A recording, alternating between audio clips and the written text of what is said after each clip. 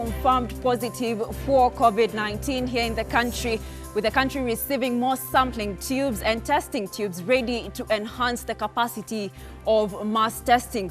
Also tonight in this broadcast, just how are street children battling with the COVID-19 pandemic with the lack of necessary essentials that they need during this time.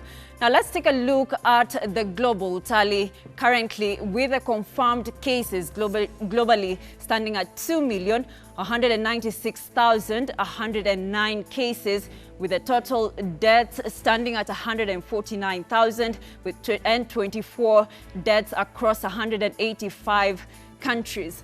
Also, let's take a look at the total recovered cases that stand at 560,177 cases. And currently, right now, the U.S. is leading with the confirmed cases tallying at 672,303 cases. Now we have details of all these coronavirus cases across the world and here in the country. But first, let's take a look at top stories of the day.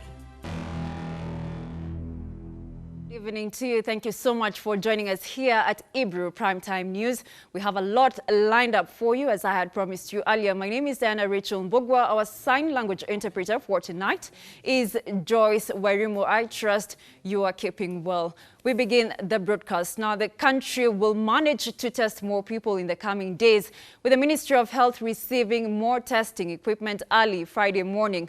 Now, this comes with the number of confirmed cases getting to 246, with 12 more positive cases confirmed from 450 samples tested from last evening to this morning.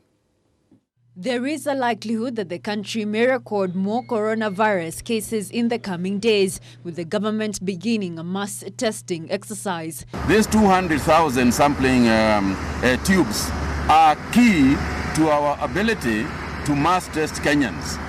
Without these sampling tubes, we would not be able, and we were not going to be able, to start our mass testing capability. But with these tubes now, we are able to fast track. This as the number of confirmed cases has risen to 246 in the country, with 12 more patients testing positive for the virus after 450 people were tested in the last 24 hours.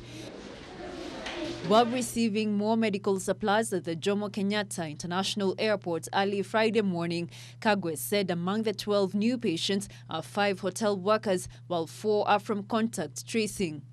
What this tells you is that we need to really start the testing capacity, so that the contacts of those people who are positive can also be tested, and therefore we can be able to maintain and contain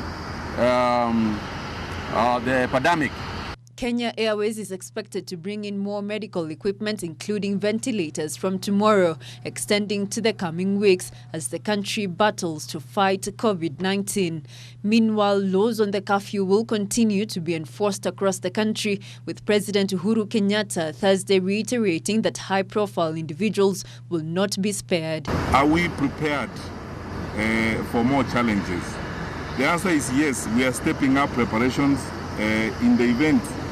And we keep praying to the Lord that we don't get there. But looking at what is happening around the world, we have reason to be concerned, we have reason to be prepared. The president Thursday announced more measures in a bid to ease the burden of Kenyans during the pandemic, including the establishment of a welfare fund for health workers in the front line fighting COVID-19. Furthermore, funds have been released in a bid to cushion Kenyans from the effects of the COVID-19 pandemic. Kenya is set to begin mass testing for COVID-19 with a focus on identified hotspots. Now, this is after a number of hotel workers were found to be positive with the coronavirus. Winnie Lubembe tells us more. In her address earlier this week, Health CAS Dr. Mercy Mwangangi said mass testing will be conducted in high-risk areas. And so the next 2-3 weeks will be very important for us as we first start with targeted testing of the quarantine centers, then for our healthcare workers, and then rolling out the mass testing in the different institutions. According to Dr. Mercy, the first phase of the mass testing will see approximately 12,000 testing kits be deployed to the targeted areas. The confirmation of Cabinet Secretary Mutahi Kagwe That 5 of the new cases are hotel workers is a nightmare to hoteliers, as he did not reveal specific hotels. Since the introduction of mandatory quarantine in the country, several hotels have been used as quarantine centers, raising questions as to whether the 5 are from those centers. Despite the arrival of the testing kits in the country, Kenyans will have to wait a little longer, as only select groups of people will be prioritized. We are looking at our different laboratories within the country. I'm glad to announce that we are scaling up and more laboratories are engaging in the testing exercise. We do even hope perhaps in the coming 2-3 weeks to engage some of our facilities that have been testing for TB across the country. It has also emerged that 6 counties are in the hotspots, and that includes Nairobi, Mombasa, Kilifi, Kiambu, Mandera, Machakos and Nakuru. However, it is the number of infections in Mandera, Kiambu, Machakos, Kilifi and Mombasa that is worrying the National Committee combating the disease. Other equipment received include 500,000 3-ply masks, 200,000 testing and sampling tubes, 4,000 shoe covers for use by frontline health workers, 300 static shoes used by doctors in theatres, 76,000 N95 masks and face visors. Since March, there have been global shortages even of the swabs, which are made by companies in just 2 countries, the US and Italy. Winnie Lubembe for Ebru TV.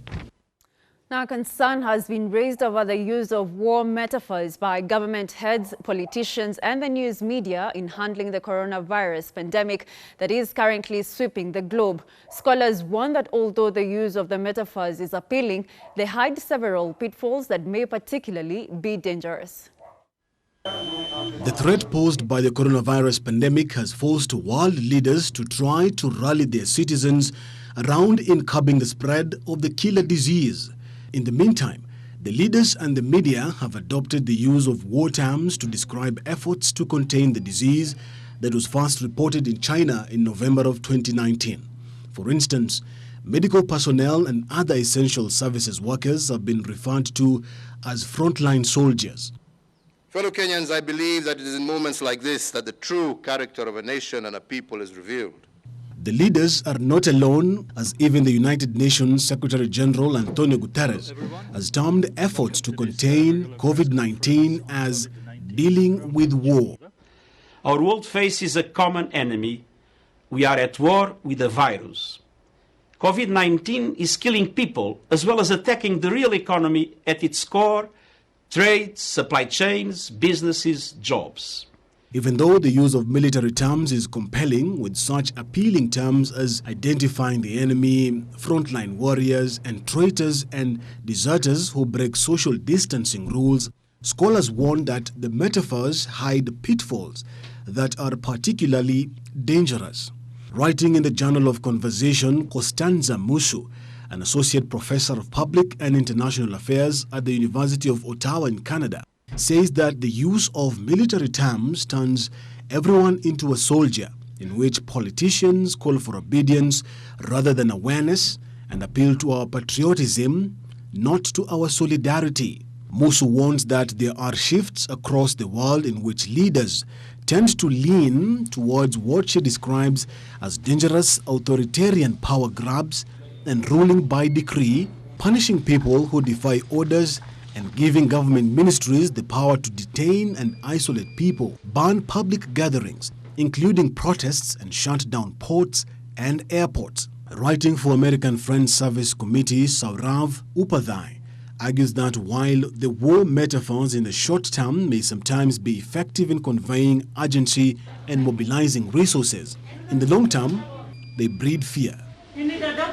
Saurav says that fear can in turn be weaponized by governments to promote militarized responses which focus more on social control other than on public health. Saurav calls the framing of language in terms will help build safe and peaceful communities that all people deserve.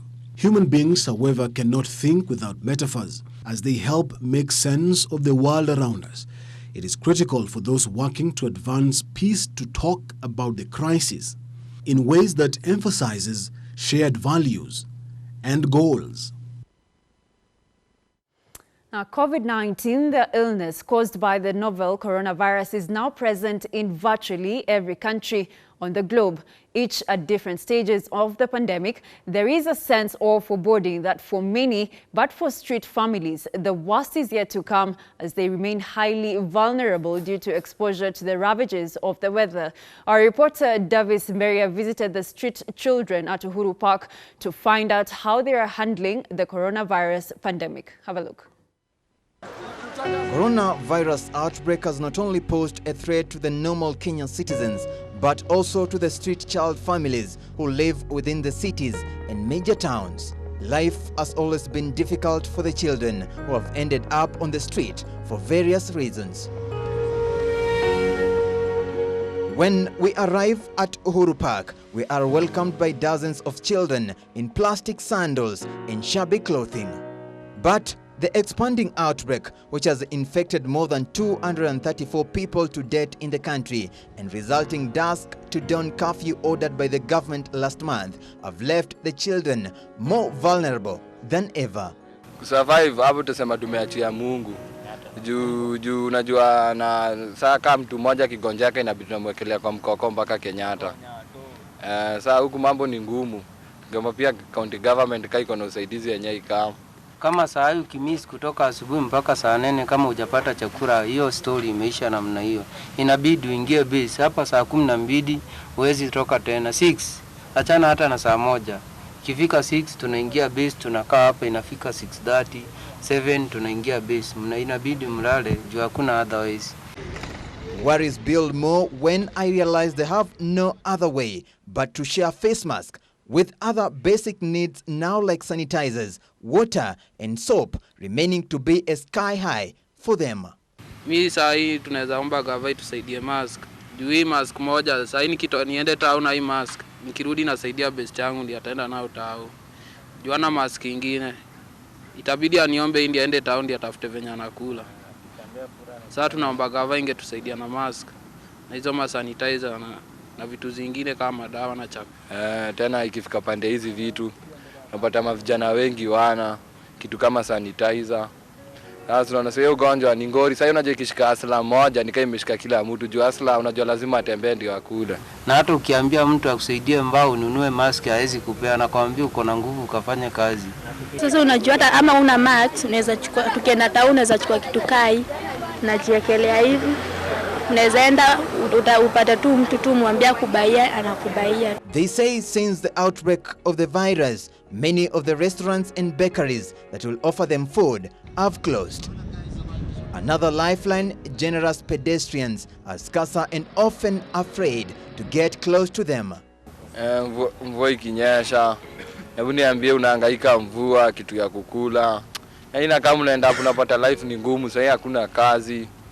Kazi ndogo ndogo tuseme nikaa corona ilimaliza pia. Hatuna mapesa za sabuni, yani tunajigwara hadi sasa hivi kunaweza jitolea hapa cha. Lakini triki ametusaidia sasa hivi tunang'ara.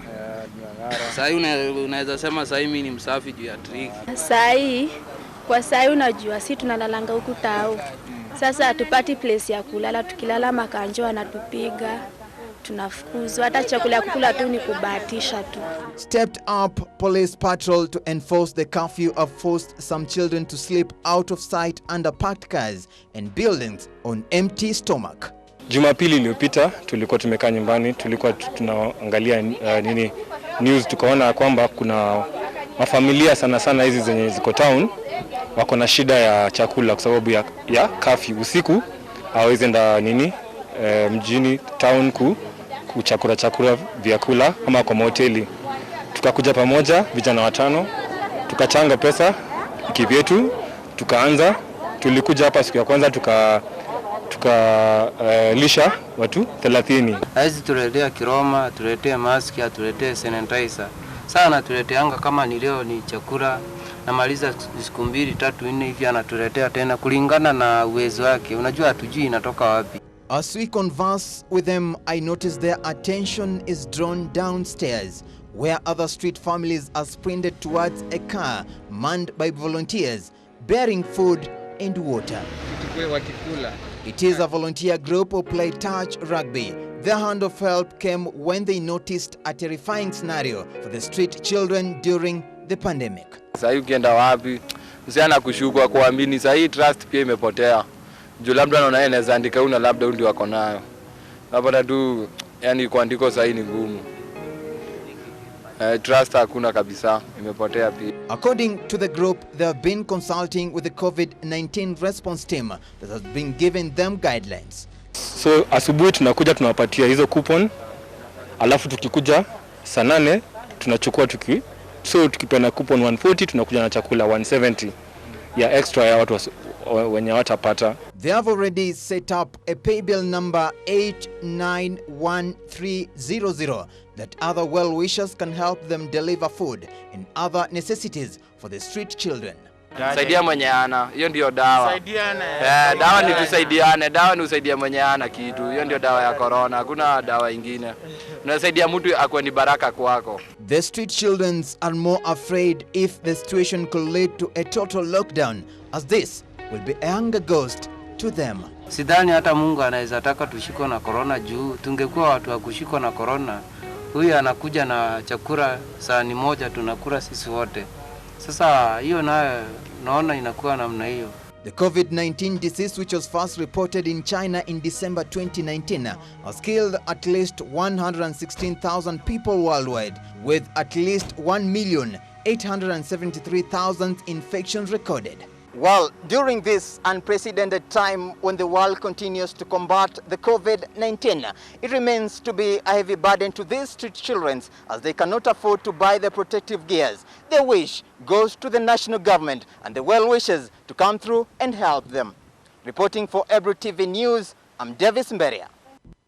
Well, thank you, Davis Beria, for that amazing report. Of course, if anyone wants to give to these street children, the paybill number is 891300. Hope that they get the help that they need during this time. Now, moving on, Muslim leaders in Mombasa are calling on the government to lift the ban on closure of mosques during the holy month of Ramadan, which officially kicks off Friday next week. The leaders are also appealing for an extension of the dusk to dawn curfew hours from 7 p.m. to at least 10 p.m. to enable them to conduct prayers at mosques as they observe the social distancing measures prescribed by the government.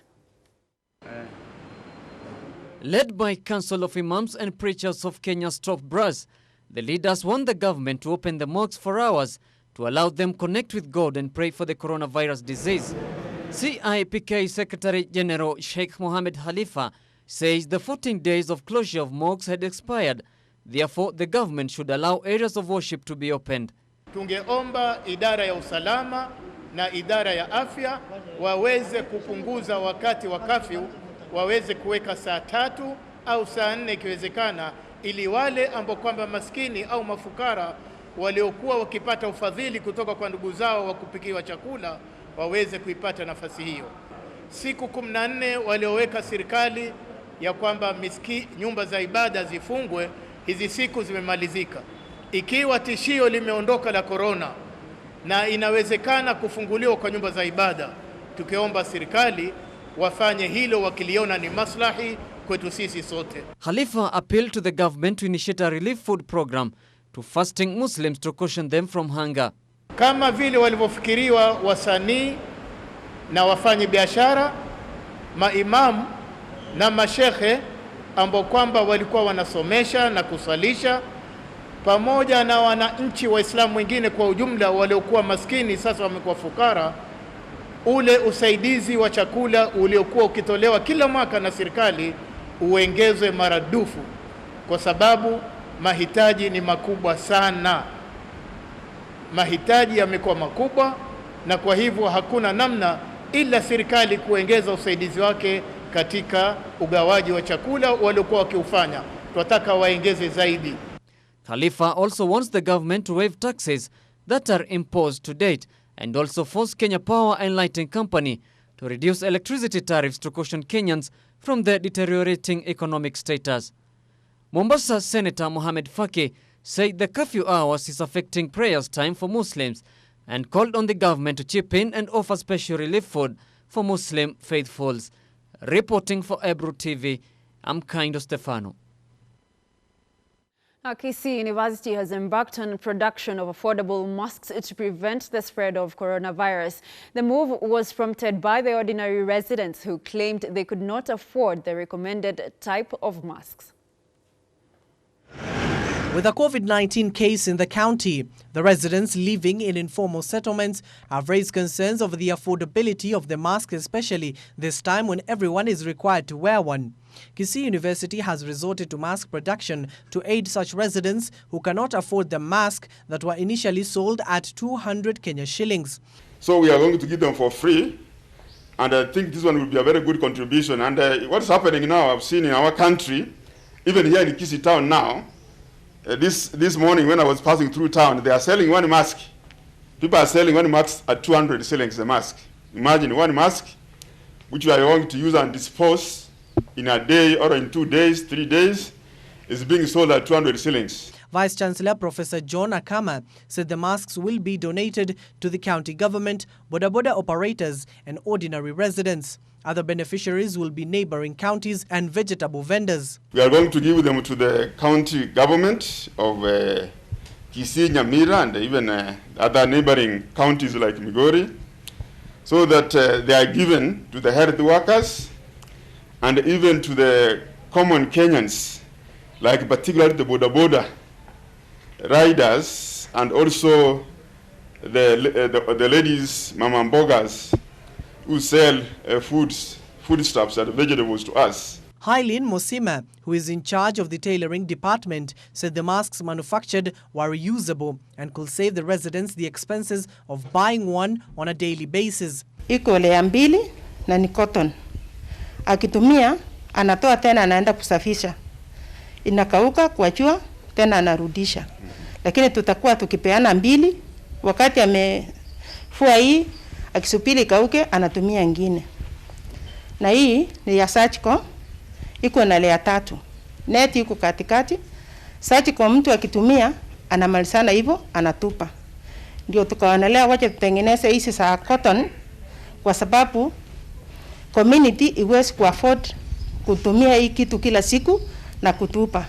Following the Health Ministry's regulation, the mask has 3 layers. This comes even as county governments will receive an additional 5 billion shillings for healthcare workers and the vulnerable. The counties will further receive a 3-month waiver from the Kenya Medical Supplies Authority KEMSA to locally source protective gear. 12 cases have been reported in the country, bringing the total number to 246 as both levels of governments are intensifying their fight against COVID-19. Updates is Ebru TV. Moving on, McWeeny-based journalists have contributed water washing containers, masks and sanitizers to McWeeny residents in a move to combat the spread of COVID-19.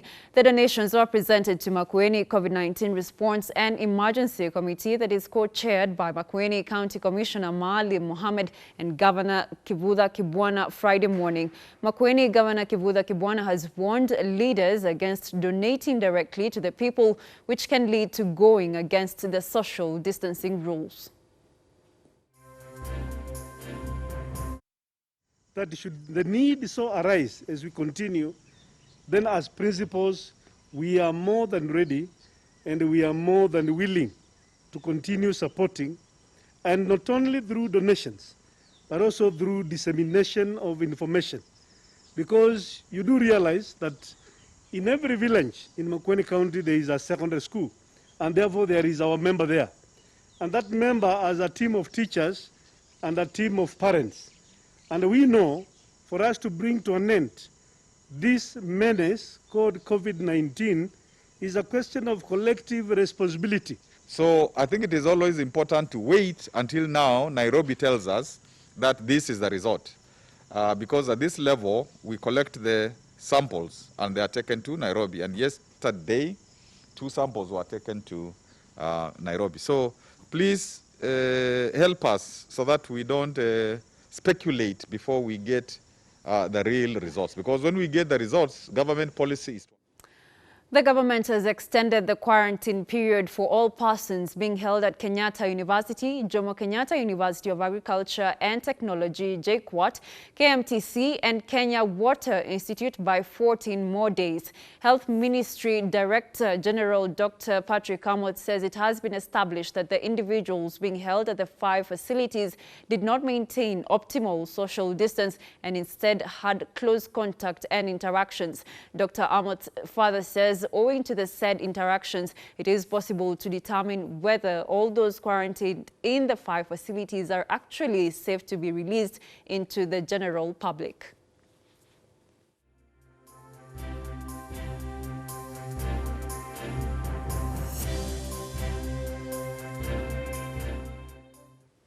Now, despite the continued efforts by the government to curb the spread of coronavirus in the country, a section of residents from Mathare slums in Nairobi are now in dire need of water to enable them to keep washing their hands frequently in a bid to curb the coronavirus pandemic.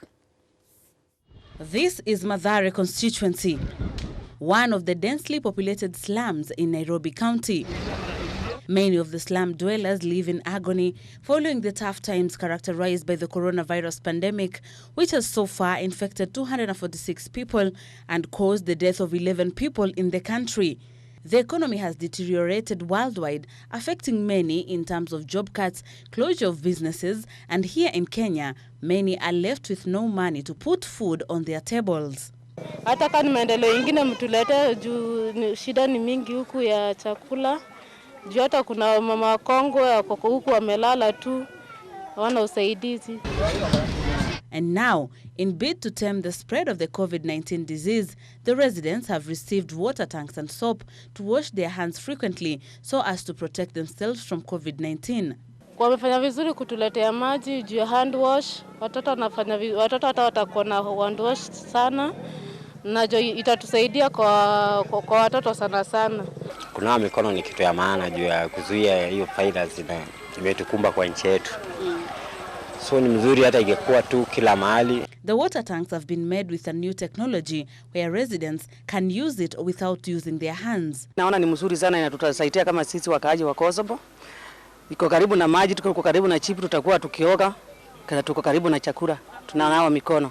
Wengine wana hiyo dawa, wengine wana hiyo sabuni, lakini tunaona watoto wetu wakicheza hapo kidogo kidogo, wanaweza enda huko na wananoa mikono. According to Kosovo Assistant Chief Charles Washira, Isuzu Company have also offered them sanitizers which will be distributed to residents from next week. Tukiweza kuchukua areas kama bus stops na pia areas zile mama boga wanauzia, tutakuwa tumeweza kupigana na hii epidemic ya corona. Sehemu kama hizi ni muhimu kuleta na maji, na bado tunazidi kuangalia sehemu gani tutapeleka. Maana sehemu za mijini already huduma hiyo inapatikana. It's evident that this project has brought a sigh of relief to Mathare residents from Kosovo and Mlango Moja area, for it will help them to tame the spread of the coronavirus disease, which has so far infected more than 200 people in the country. Reporting for Ebru TV, I'm Busara Naaman. Thank you, Busara Naaman, for that report. Now we take a very short break, but when we come back, we'll be telling you just how much the country may be expecting some floods across or in different parts of the region. Stay with us. Welcome back to the broadcast. Now, floods might be experienced in some parts of the country this weekend. The weatherman has confirmed areas of concern that could receive heavy rains are western, central and coastal regions, with accompanied by strong winds and waves. Residents in the affected areas have been called upon to be more vigilant and ensure their safety. Our reporter Amelia Kisenya tells us more. Following the ongoing rains experienced in the country, with a prediction from the Kenya Meteorological Department, Kenyans will have to prepare more in terms of their safety, as this weekend the rains will be experienced more in some parts of the country. In a statement to the newsroom, the weatherman warned of heavy rainfall of more than 24 millimeters along the western, central and coastal region. The rains are expected to spread to the southeast, northeast and northwest parts of Kenya on Saturday, with the intensity likely to reduce on Monday next week. Among the areas that have been put on the alert notice include Kwale, Kilifi, Lamu, Nairobi, Nyeri, Kiambu, Nyandarua, Kakamega, amongst other areas. The Meteorological Department has cautioned motorists and residents in the affected areas to be on the lookout for floods. Miliki Senya for Ebru TV. Now, every 14th of every month, the Energy Regulatory Authority announces new fuel prices. These prices just pass a mere lip service for most Kenyans who are left to fry on the altar of unscrupulous traders and officials. Here's why. Today is the second day since the Energy and Petroleum Regulatory Authority announced a record drop in fuel prices. With the relief at the pump seeing motorists in Nairobi part with 92 shillings and 87 cents per litre for petrol, 97 shillings and 50 cents per litre for diesel, and 77 shillings and 28 cents for kerosene. The new prices, the lowest in 3 years. For the first time since the year 2017, Kenyans are getting an all-rounded relief in the prices of fuel, with kerosene, petrol and diesel all retailing at less than 100 shillings per litre.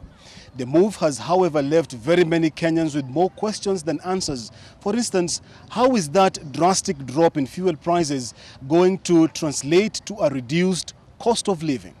Kama mimi mama wa nyumba, tunasikia tu mafuta imeshuka, lakini huku mtaani tunanunua bei ile ile tu. Sasa ndio nashindwa. Hiyo mafuta vile inatangazwa kwa Wakenya imeshuka. Imeshuka huko tuko petroli na hapa kwetu hakuna.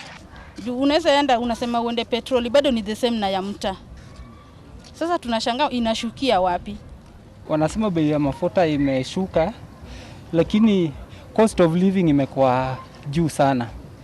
But that is not all, as users of PSV also feel the ballooning weight of transport charges. Sasa kama mat tuko tunapandanga na 30 tukienda tao. Sasa hiyo unajua huwezi lipe 30, lazima ulipe 50.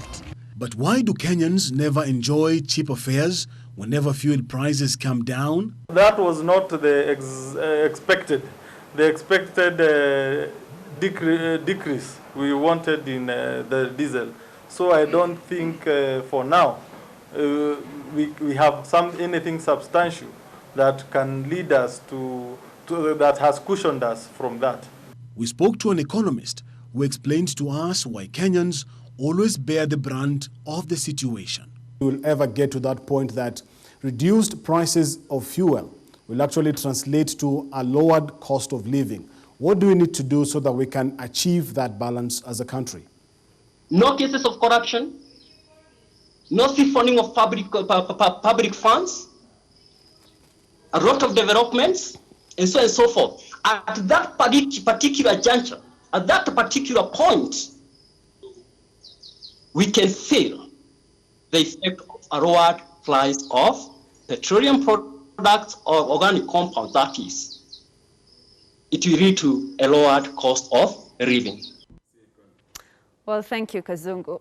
Nairobi County Assembly members have threatened to pass the County Assembly Supplementary Appropriation Bill 2020 should Governor Mike Sonko fail to do so in the next 7 days. The bill passed by lawmakers giving 15 billion shillings to the Nairobi Metropolitan Services is still gathering dust in the shelves after Sonko refused to assent to it. And as our reporter Jeff Hayemba reports, members of the Assembly who recalled back Abdi Guyo as majority leader have vowed to work hand in hand with Mohamed Badi as the new NMS Director General for the betterment of the people of Nairobi. Even before the dust settles after the Nairobi City County government was taken over by the national government, a war pitting the county's new general against the flamboyant Governor Mike Sonko is slowly taking shape.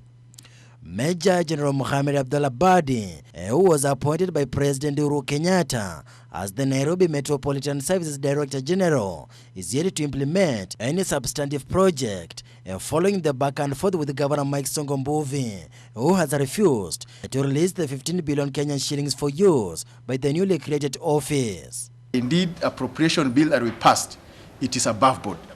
Therefore, the Speaker, in our wisdom, guided by the Constitution, has officially returned the memorandum and the law as it is the governor to assent in the next 7 days.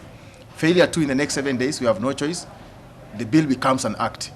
The members of the Assembly on Friday held a special sitting and agreed to send the bill into law, accusing Governor Mike Sonko Mbuvi of sabotage. Basically, the Assembly has worked within the law.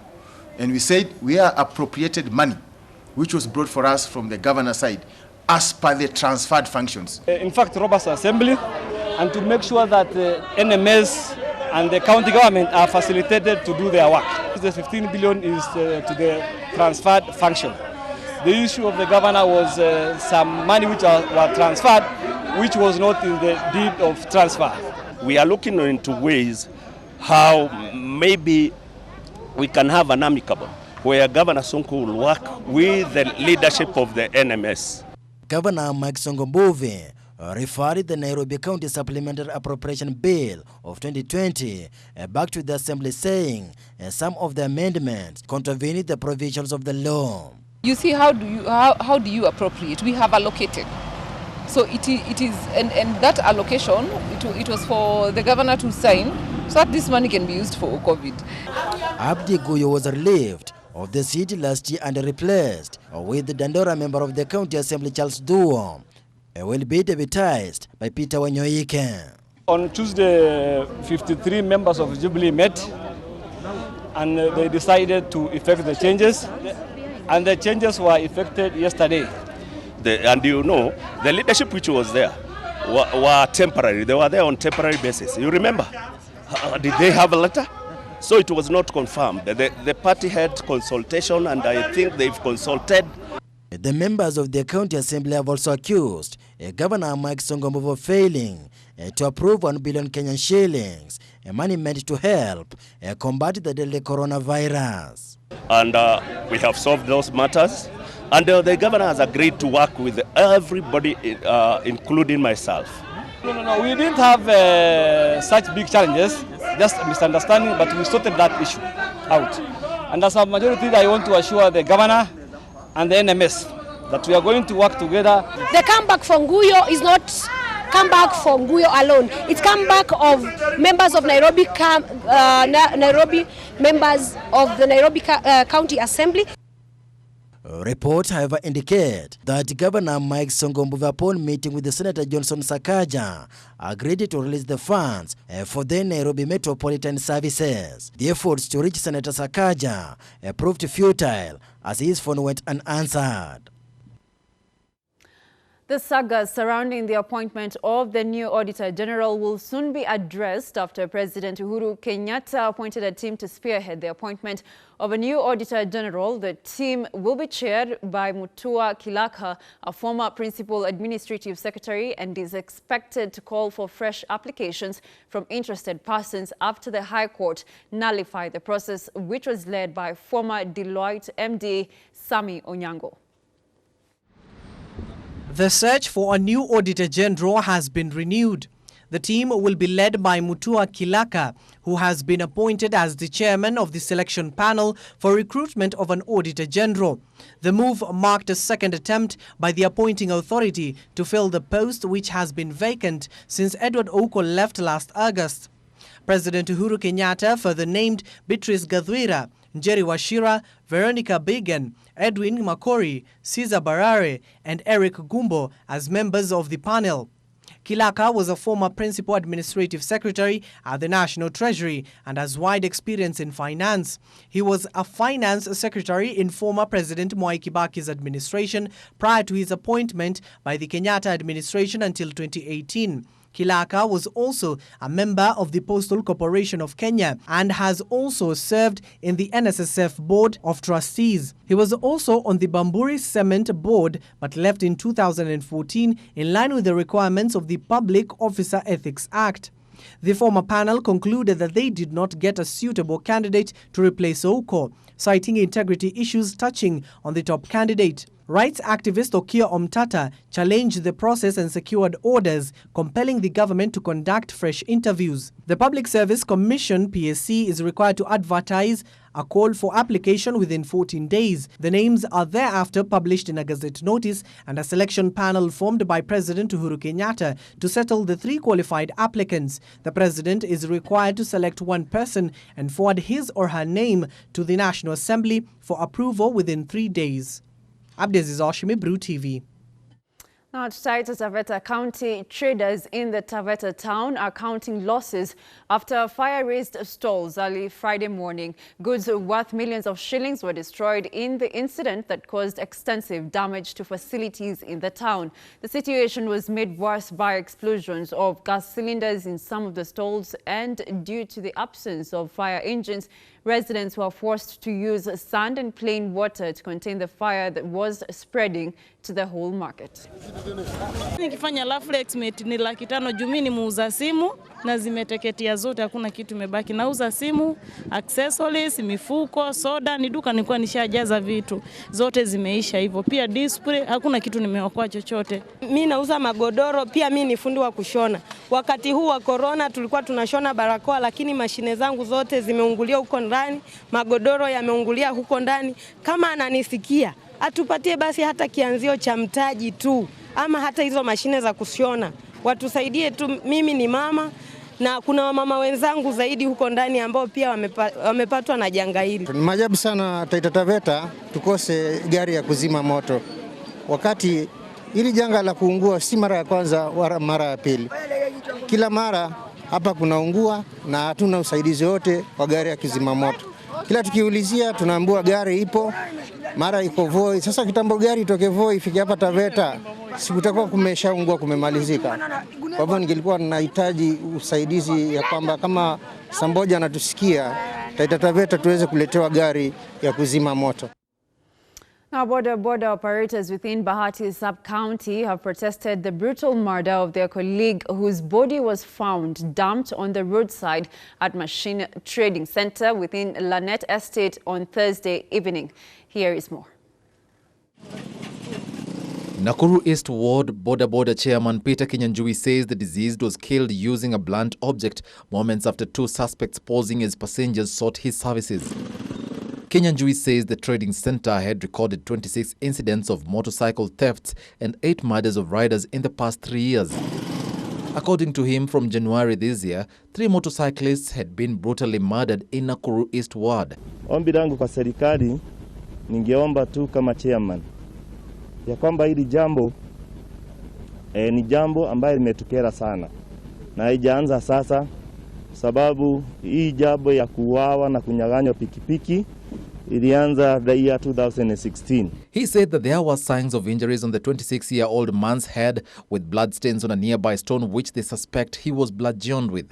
Area Member of Parliament Onesmus Kimani Ngunjiri and over 200 motorcyclists pointed an accusing finger at a criminal gang that has been terrorizing residents in a neighboring constituency and which police have linked to a sitting legislator.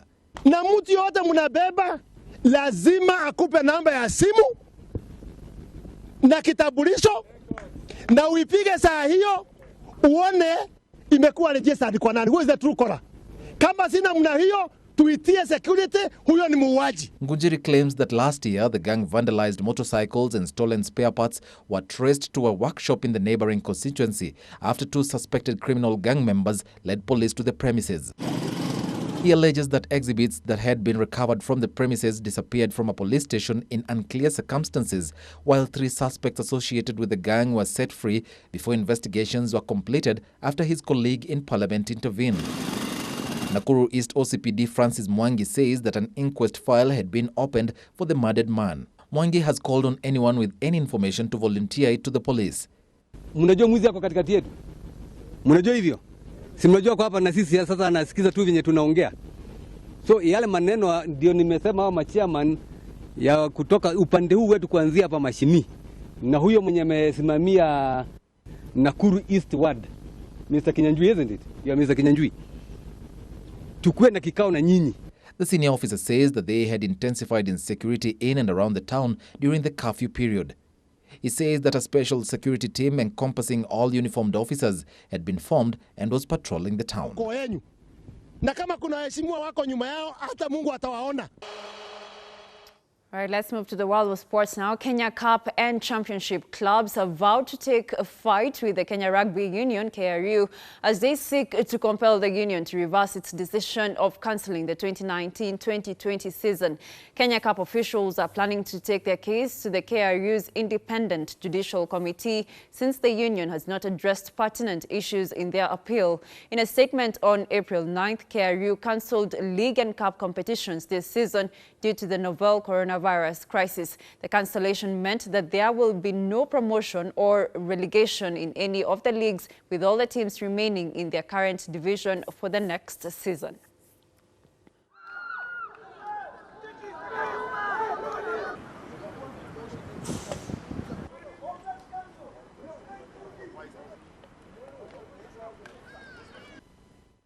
Kenya's Sevens players' contracts have been terminated by the Kenya Rugby Union, KRU, due to the coronavirus pandemic. The players' contracts were set to end in July after World Sevens series, but this has been brought forward due to the pandemic. Now, the next Sevens tournament is set for September this year. These are part of a raft of measures in the restructuring process being undertaken by the Kenya Rugby Union. The union continues to grapple with financial challenges that have dogged them for the past couple of years.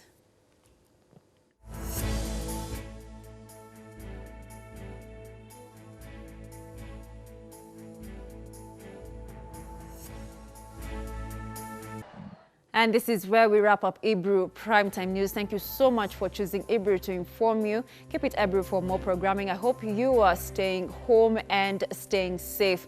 Do enjoy the rest of your weekend. My name is Diana Rachel Mbugua. Our sign language interpreter for tonight has been Joyce Warimo. God bless you and good night.